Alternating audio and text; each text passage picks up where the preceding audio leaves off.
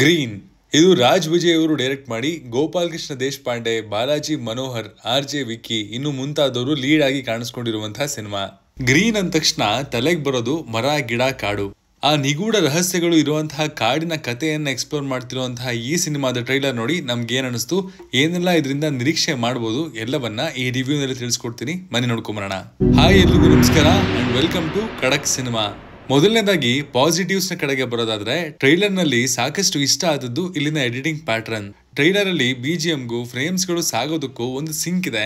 As if ಆ ತಾಳಕ್ಕೆ frames ಗಳು ಕುಣಿತಾ ಇದಾವೆ, ಮುಂದಕ್ಕೆ ಹೋಗ್ತಿದಾವೆ ಅನ್ನುವಂತಹ ಫೀಲ್ ಅನ್ನ ಅವು ಖಂಡಿತ ಕೊಡ್ತವೆ. ಟ್ರೈಲರ್ ಅಲ್ಲಿ ಅದರ ಪ್ರೆಸೆಂಟೇಶನ್ ನಲ್ಲಿ ಒಂದು ಕಂಪ್ಲೀಟ್ನೆಸ್ ಇತ್ತು.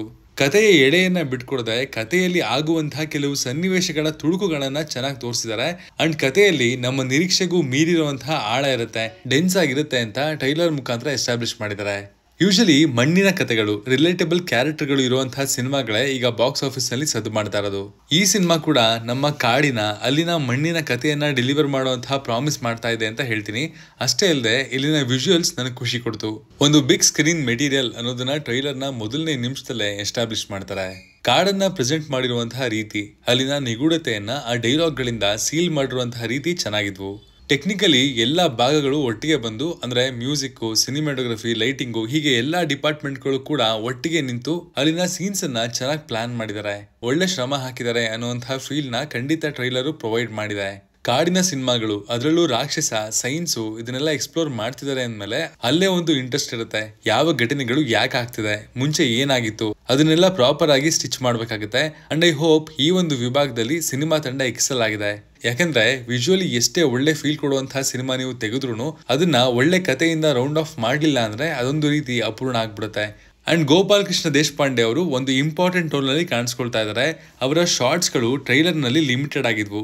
But as A good performer ಅವರು ಈ ಸಿನಿಮಾಗೆ ಎಷ್ಟು ವ್ಯಾಲ್ಯೂ ಅನ್ನ ಆಡ್ ಮಾಡ್ತಾರೆ ಅನ್ನೋದನ್ನ ನೋಡೋದಕ್ಕೆ ನಾನಂತೂ ಖಂಡಿತ ಎದುರು ನೋಡ್ತಾ ಇದ್ದೀನಿ. ಅಷ್ಟೇ ಅಲ್ಲದೆ ಇಲ್ಲಿ ಉಳಿದ ಸ್ಟಾರ್ ಕಾಸ್ಟ್ ಹೇಗೆ ಪರ್ಫಾರ್ಮ್ ಮಾಡ್ತಾರೆ, ಇಷ್ಟೊಂದು ಆಳ ಇರುವಂತಹ ಕಥೆಯಲ್ಲಿ ತಮ್ಮನ್ನ ತಾವು ಹೇಗೆ ಅಡಾಪ್ಟ್ ಮಾಡ್ಕೊಳ್ತಾರೆ ಅನ್ನೋದನ್ನ ಕೂಡ ವಿಟ್ನೆಸ್ ಮಾಡೋದಕ್ಕೆ ನಾನು ಕಾಯ್ತಾ ಇದ್ದೀನಿ. ಇನ್ನು ಟ್ರೈಲರ್ ನಲ್ಲಿ ನನಗೆ ವರ್ಕ್ ಆಗದೆ ಇರುವಂತಹ ಫ್ಯಾಕ್ಟರ್ಸ್ ಅಂತ ಬರೋದಾದ್ರೆ, ಇಲ್ಲಿನ ಡೈಲಾಗ್ಸ್ ಬೆಟರ್ ಆಗ್ಬೋದಿತ್ತು. ಇಡೀ ಟ್ರೈಲರ್ ಅಲ್ಲಿ ನನಗೆ ಕಿರಿಕಿರಿ ಉಂಟು ಮಾಡಿದ್ದು ಕೂಡ ಅದೇನೆ. ಡೈಲಾಗ್ಗಳು ಚೆನ್ನಾಗಿಲ್ಲ ಅಂತ ಅಲ್ಲ, ಬಟ್ ಟ್ರೈಲರ್ ನ ಸೆಟಪ್ ನಲ್ಲಿ ಅದು ಪ್ರೀಚಿ ಅಂತ ಅನ್ಸೋದಕ್ಕೆ ಸ್ಟಾರ್ಟ್ ಆದ್ವು. ಇನ್ನು ಕತ್ತಲೆಯ ಸೀನ್ಸ್ಗೆ ಓವರ್ ಬ್ಲೂ ಟಿಂಟ್ ಹಾಕಿರೋದು ಬೆಟರ್ ಆಗ್ಬೋದಿತ್ತು. ಇನ್ಫ್ಯಾಕ್ಟ್ ಎಲ್ಲೆಲ್ಲಿ ಕತ್ತಲೆ ಇದೆಯೋ ಅಲ್ಲಲ್ಲಿ ಬ್ಲೂ ಟಿಂಟ್ ಇದೆ, ಅವು ಖಂಡಿತ ರಿಸಾಲ್ವ್ ಆಗ್ಬೋದಿತ್ತು ಅಂತ ಹೇಳ್ತೀನಿ. 4 ನಿಮಿಷ ಇರುವಂತಹ ಈ ಟ್ರೈಲರ್ ನಲ್ಲಿ ನೋ ಡೌಟ್ ಎಕ್ಸಿಕ್ಯೂಷನ್ ಕಣ್ಣು ಸೆಳೆಯುತ್ತೆ. ಬಟ್ ಒಂದು ಗೂಸ್ ಬಂಪ್ಸ್ ಮೂಮೆಂಟ್ ಅಥವಾ ಒಂದು ಕಿಕ್ ಕೊಡುವಂತಹ ಮೂಮೆಂಟ್ ನ ಕೊರತೆ ಖಂಡಿತ ಇತ್ತು. Best of the best moments ಅನ್ನ ಟ್ರೈಲರ್ ನಲ್ಲಿ ತೋರಿಸ್ದೆ ಅದನ್ನ ಬಿಗ್ ಸ್ಕ್ರೀನ್ ನಲ್ಲಿ ವಿಟ್ನೆಸ್ ಮಾಡೋದಕ್ಕೆ ಇಟ್ಕೊಂಡಿದ್ದಾರೆ ಅಂತ ಅನ್ಕೊಂಡಿದೀನಿ. ಅಂಡ್ ಈ ಸಿನಿಮಾ ಇಂಟರ್ ನ್ಯಾಷನಲಿ ಸಿಕ್ಕಾಪಟ್ಟೆ ಅವಾರ್ಡ್ಸ್ ಗಳನ್ನ ಗೆದ್ದಿದೆ, ನಾಮಿನೇಟ್ ಕೂಡ ಆಗಿದೆ. ಅದೇ ವಿಷಯ ನನ್ನನ್ನ ಈ ಸಿನಿಮಾ ಮೇಲೆ ಇಂಟ್ರೆಸ್ಟ್ ಮೂಡಿಸೋ ಹಾಗೆ ಮಾಡಿದ್ದು. Overall trailer as a package ಸಾಕಷ್ಟನ್ನ ಆಫರ್ ಮಾಡುತ್ತೆ. ಒಂದು ರೂಟೆಡ್ ಕಥೆಯನ್ನ ಪ್ರೆಸೆಂಟ್ ಮಾಡೋದಕ್ಕೆ ಹೊರಟಿರುವಂತಹ ತಂಡಕ್ಕೆ ಸಕ್ಸಸ್ ಸಿಗುತ್ತಾ ಇಲ್ವಾ ಅಂತ ಸಿನಿಮಾ ರಿಲೀಸ್ ಆದ್ಮೇಲೆ ಕಾದ್ ನೋಡ್ಬೇಕು. ಇದಾಗಿತ್ತು ಗ್ರೀನ್ ಸಿನಿಮಾದ ಟ್ರೈಲರ್ ರಿವ್ಯೂ. ನೀವೇನಾದ್ರೂ ಟ್ರೈಲರ್ ನೋಡಿದ್ರೆ ಹೇಗೆ ಅನಿಸ್ತು ಅನ್ನೋದನ್ನ ಕಮೆಂಟ್ ಮಾಡಿ ತಿಳಿಸಿ. Signing off, Manu.